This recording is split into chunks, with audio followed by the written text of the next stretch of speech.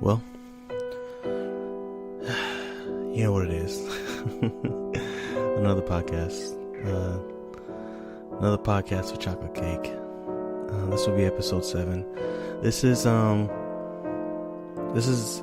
little different from the most podcasts that I did, and but the best way to say this is mostly for me. This is a way of giving me some room to breathe, to talk about a scenario, about what happened in my life. It would just help me out, because personally, if you know me, I don't talk about a lot of things. I don't talk about a lot of things. I keep everything to myself. I mean, it helps me live a more peaceful life. It helps me to stay out of drama. But at the same time, you don't have many people to run and talk to, because you keep everything to yourself. And a lot of people would say, hey, just talk to a friend, but it's never that easy for me. So yeah, this is episode 7 of Chocolate Cake, and what I like to call It's Never Too Late.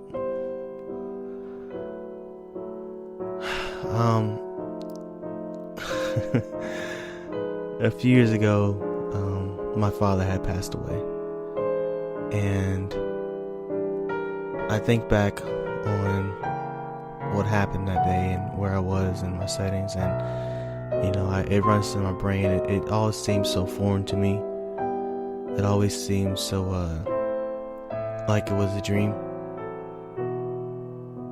It just seems like it never really happened, but it did.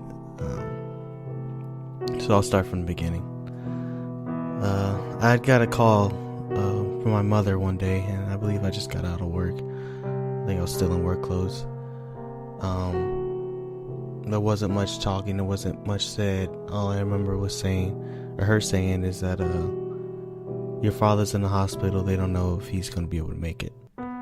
So it was clear that anything that I was doing, whether it was work tomorrow or anything, I had to drop, and I had to go see my father. So when I got that call, it was still at the time I couldn't believe it. Of course, like any human being, I cheered a little bit, I cried a little bit.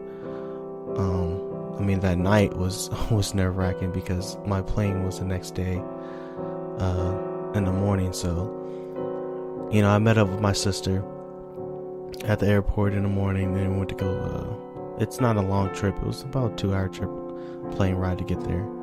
I didn't know much information about my father still, about how it happened, where it happened, or anything. It's just that he's in the hospital. They don't know if he can make it. You need to go see him now. So once that was said, like, you need to go now, clearly it wasn't good news. So when we got to the hospital, and this is when, even if you tell yourself how you're going to act, this is when the emotions hit hard, and they hit fast. So I get to the hospital, and I see my father, and for a second I do feel relieved, because he's on a machine. The signs, the heart signs or whatever, the beep beep is going. So I'm like, great, like he's here. We're solid, we're good, like everything is going to be fine. So I couldn't find a doctor to really tell me much information. So I went to the nurse, and you can tell she was kind of beating around the bush a little bit about the information, about some things. And the turning point was when I said, my father's sleeping. He wasn't talking or anything. I said, when will he wake up? I was like, when can I talk to him? It's going to be days, it's going to be weeks, hours, it's going to be months. Like, when will I be able to talk to my father again? And once she said, that he may never wake up, is when it hit home. And that's when I put a lot of things. That's when a lot of things were running through my head. A lot of sadness, of course, a lot of regret for the things that I wasn't there for. So with that, I mean, of course, I never lived with my father. 99% of people that I know, my friends, have never even seen my father. And of course, he lived a few states away. So I never really had a great relationship with my father. I didn't, by any means, like, it's not like I didn't like, I just didn't know him as well, you know. My sister lived with him for a few years, but I always stayed with my mom. And my dad, I loved my dad. He was funny, he was hilarious, he always made funny jokes and stuff like that. And if you can imagine him, he's like big, huge arms, big muscular arms, and a big old, beer belly. He's a strong man, and he always had high principles, but of course, like any other person, he always made mistakes. My dad made mistakes left and right. He made mistakes up until he wasn't here anymore. But he was overall a good man. Like, he was a hard-working man. His hands were always gritty from the roofing and all the stuff he did. He was a hard-working man. He made his way in life, and he loved his kids. And I never had that chance to have a father-son time with my dad. I mean, I've seen my dad. I spent summers with him a few times, but I never was at that age where I would spend time and recognize it as like father and son, like, you are my father. It sounds weird, but I never had that chance. And till this day, I beat myself up for it, because I could have had that if I just wasn't so ignorant and dumb and went to go see my father. I mean, I had work, and I had bills, and there was things, but I always kept telling myself, I was like, when I'm set in life, when I'm great, when I got time off and I got money on the bank, and I go down there and see my father. But I never made a plan for it. I never really put that foot forward. It was just a thought. I would get calls from my dad once in a while. He'd send me things on my birthday, and once in a while he'd come see me. And which made it sad is that this was maybe like 2 weeks after he just came up to see me and my sister, and because he really wanted to meet my sister's kid, his first grandbaby. I'm so glad he got to see her before he went. And that's when I saw my dad, and it was just out of nowhere. It was just kind of weird. And they always say, just sometimes people know when they're about to go, but I never had that experience with my father. And I just kept telling myself, I said, there'll be a time. There will be a time that will come. So, this is back in the hospital again after I've got the news. And obviously, me and my sister were not taking it great, We still had hope for when we seen the doctor. This is when the doctor comes in, he's going to tell us that dad is going to wake up in, a month. He's going to be in a coma for a little bit, fine. He's going to tell us that he is going to be fine. So, a few hours went past, and finally the doctor is able to come talk to the whole family. The whole family's there. My uncles, my father's father, my grandpa, he's there. And I think the hardest part was listening to the doctor, listening to what the doctor had to say, because you knew the second he started talking, you knew that it was not good.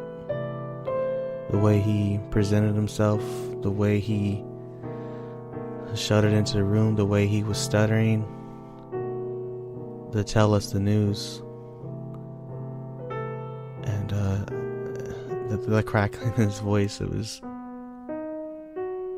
he started off saying, this is the x-ray of the father's head. This is what it should look like. This is what it looks like. And I think he put it up and he says, this is the picture of the cells. They're gone. And then he says, well, he says, I think, a medical term or something. And then we were like, what does that mean? He said, well, your father's brain dead. And when you are pronounced brain dead, or when they diagnose you, when you're brain dead, they pronounce you dead. There's no way to, there's tests now, but there's no way to bring someone back from that. When they're brain dead, they are brain dead, incapable of doing anything. The only thing that machine was doing to my father was putting air in his lungs. So that is the point where I can't explain the feeling.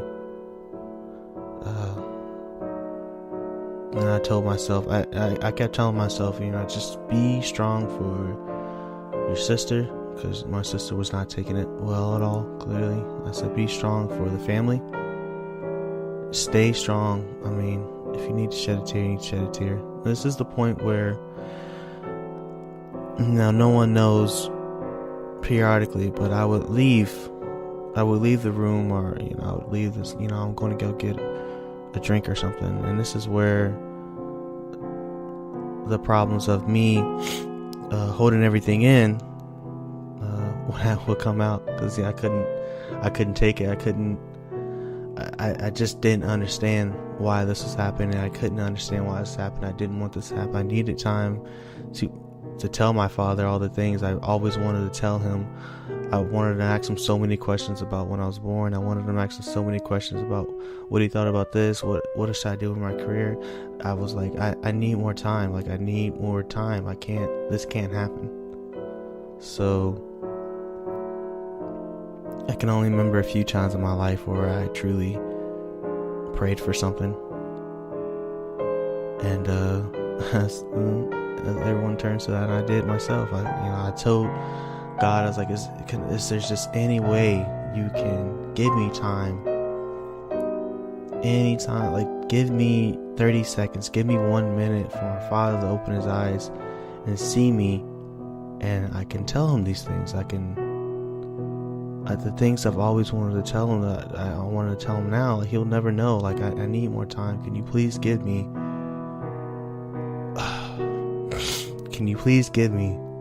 30 seconds? Can you please give me a minute? I need it.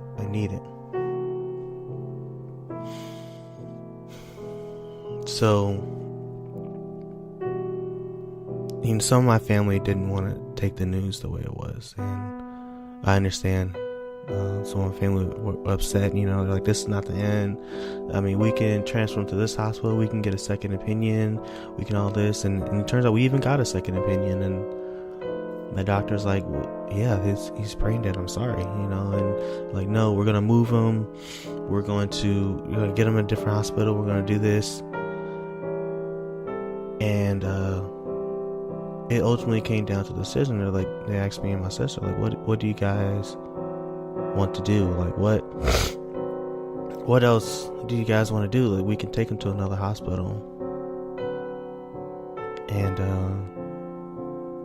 I told him, I was like, I don't want my dad being dragged around on a machine for something we all deep and down, we all know nothing will come of it. I didn't say those exact words to him, but inside I was just like, I'm not gonna drag my father around on this machine for us, to make us feel better. We're holding him back from leaving this earth. We're Why would we set him up in this torture if able to listen to us, but he can't do anything? He can't feed himself. Why would you do that?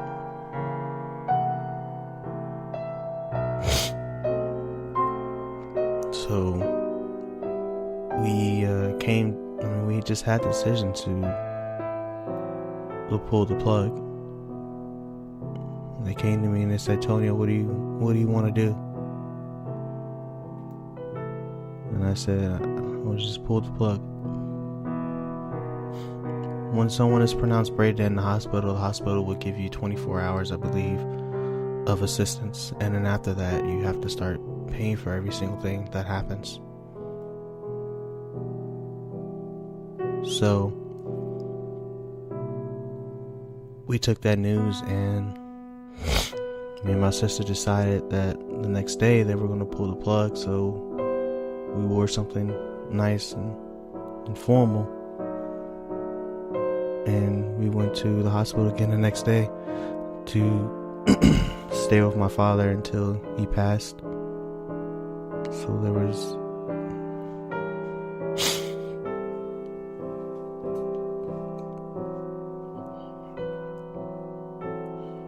was a priest there, and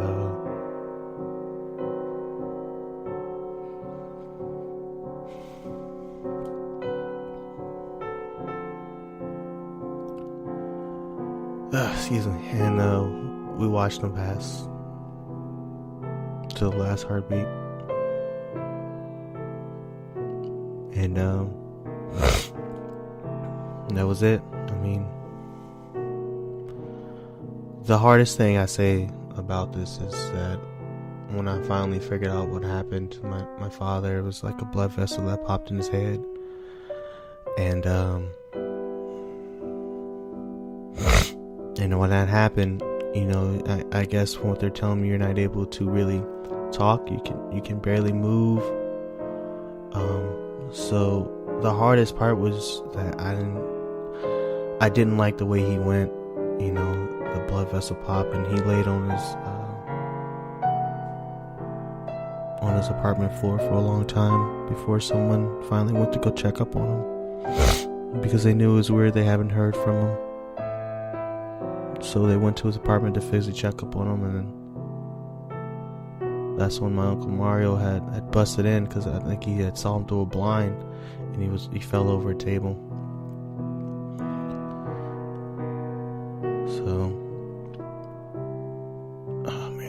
So once that happened, we still couldn't accept it. Like, I couldn't fathom it. I couldn't understand it, that this is the stuff you see in movies. This can't be happening to me. Like, I'm going to wake up. This is just a horrible dream. I'm going to wake up and this is not real. The only time I truly accepted it was when I saw him at the funeral home in his casket. That I knew that this was it. Like, I was waiting for some type of miracle for him to wake up after he pulled the plug, wake up when he gets to the funeral home, like, look, I'm alive, I'm good. It was only then when you see him in that casket is when I finally accepted it. So,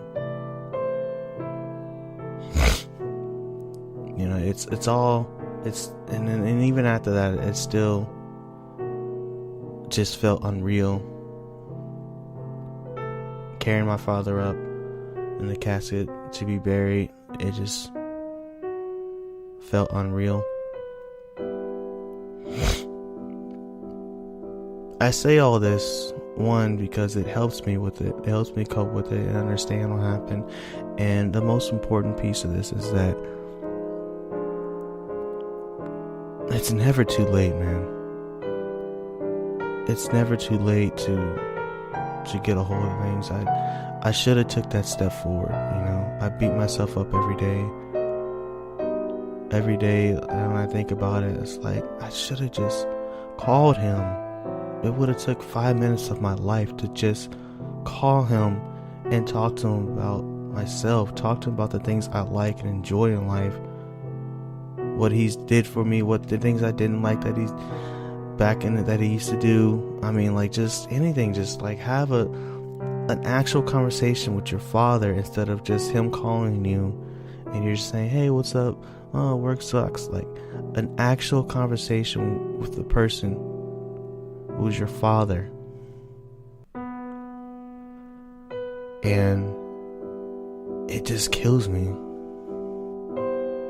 It just absolutely just, it hurts that I just didn't do it. I just thought like there would be a time. Like there would be a time in a period in life where it's going to happen. It's naturally going to happen.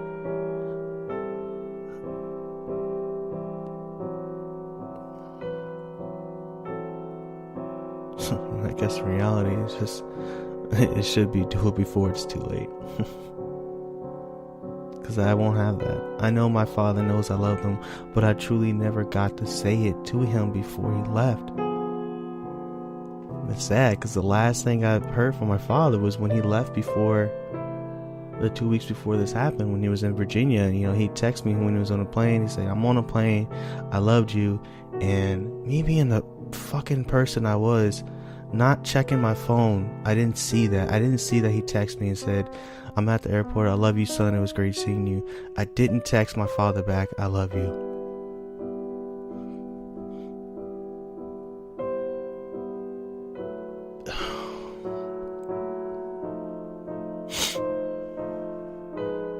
My father was a great man.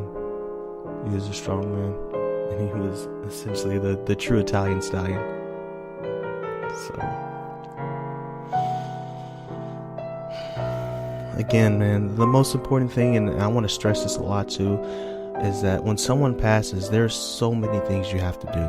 There's so many bills that need to be changed. There's so many things. There's so property has to claim, car payments, what they're going to do with the car. It is insane. It is more than you can imagine. So if ever you get older, pass on to your kids the knowledge of your life insurance and everything, because it is an uphill battle. We're still to this day trying to get everything settled. So don't wait. Like, seriously, like, don't wait, because you will live with some type of regret. And I don't like to regret things in life. That's truly something in my life. I can probably say the only thing in my life that I truly regret 1000% is not doing that with my father, because I will never have that chance. I have to wait till I pass on to see my father. But I wanted him here on this earth. I wanted to spend time with him. I wanted to take my father out to eat, and I never did that. And it hurts, because I have to figure out how to be a father myself, and I don't even have the plan for it, because I was just too tangled up in my life and being fucking selfish.